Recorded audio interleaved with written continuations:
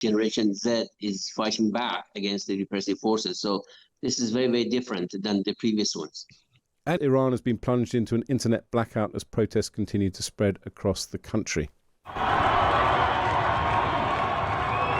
Huge crowds have been marching through Iran's capital and other cities, with some videos showing peaceful demonstrations and others showing vehicles on fire.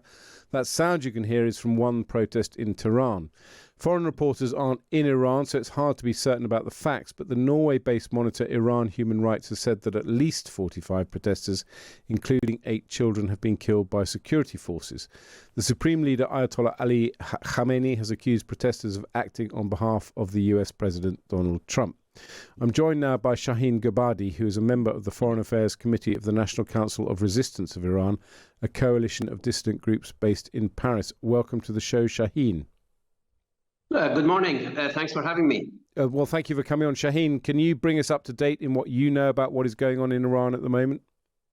Yes, as of last night, the protests had spread to 173 cities and towns in all 31 provinces of the country. In many, many locations, the protesters, the defiant youth, confronted the security forces. According to the information provided by the Network of the People's Mujahideen Organization of Iran, which is the principal Iranian resistance movement with a vast network inside the country, they have identified the details of at least 44 protesters who have been slain, 4 of whom have been teenagers. Hundreds more have been wounded, thousands have been arrested. Even there has been raid by the regime security forces to the hospitals in some cities. And in many, many cases, the protesters who are injured do not go to hospitals, so they will not be picked up by the security forces. But despite this heavy-handed crackdown, the protests continue and spread with the main slogan of I wonder if we've lost Shahin. Death to Khamenei, supreme leader, and down with oppressor being shot. Go ahead. Shahin, you're cutting out a bit, but hopefully we'll keep the line open because I want to ask you a couple more questions. I mean, there's a sense with these demonstrations. There have been demonstrations before, of course, which have been brutally repressed, but there is a sense with these demonstrations that the sort of mentality of the population now is that the regime has lost all authority and all power, and that they will continue until the regime falls. What is your feeling? The protests are very different from different perspectives. First of all, it has spread very quickly to all over the country. You have Gen Zs involved, and they are combating the security forces, and I think that's very important. The protests are based on solid grounds, namely a failing economy, high prices, the devaluation of the Iranian currency, and the authorities have no way to respond to any of this. And also, as I said, there's a new mood in the country, which is the Generation Z is fighting back against the repressive forces. So this is very, very different than the previous ones. And is the calls for the Shah to return serious, or is it simply being used as a rallying cry to unite the demonstrators against the regime? Definitely, it's not serious. One thing I can tell you, one of the main slogans of the protesters have been down with oppressor, be it the Shah or the Supreme Leader.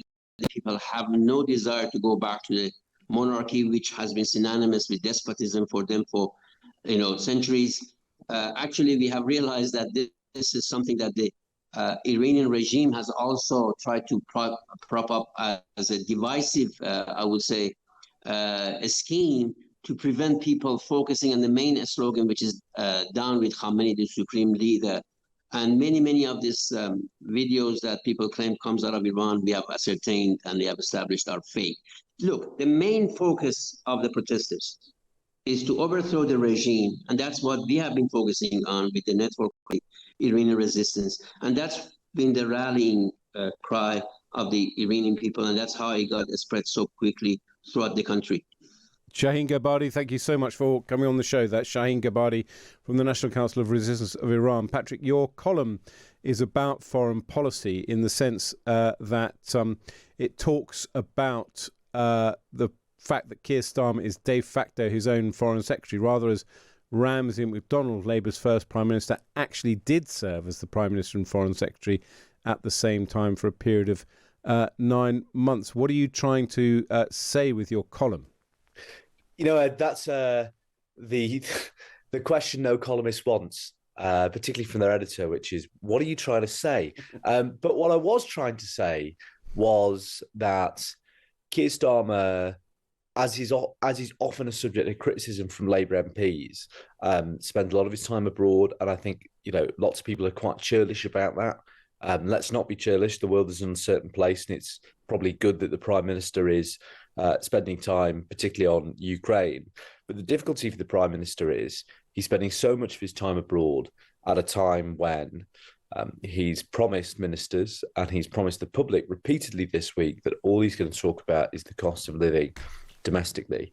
And he's one for sort of diplomatic busy work and looking important on the international stage. What's less clear as we enter this new era of Trump power politics, that the government is ready to take any of the big, crunchy fiscal decisions that are needed to protect British interests and secure Britain's place in this new world. And I see no sign of the government doing that. And indeed, if you read Larissa Brown, my colleague's story, our defence editor, in the paper this morning about military chiefs saying, they need another £28 billion to fulfil the defence strategy, I think that's the big crunch because, just as Ramsay MacDonald was criticised for being abroad but not an effective leader at home, Labour leaders throughout history find that they have to take decisions on foreign policy, which mean they are different kinds of Labour Prime Minister at home. Clement Attlee's another one, right? He chose to spend money on the Korean War effort and lose 3 members of his cabinet because that's what he thought Britain's role in the world and in foreign policy should be. Keir Starmer is sort of caught between two stools. He's sort of, putting a lot of stock in being the guy who can have conversations with Donald Trump and his aides and also Europe.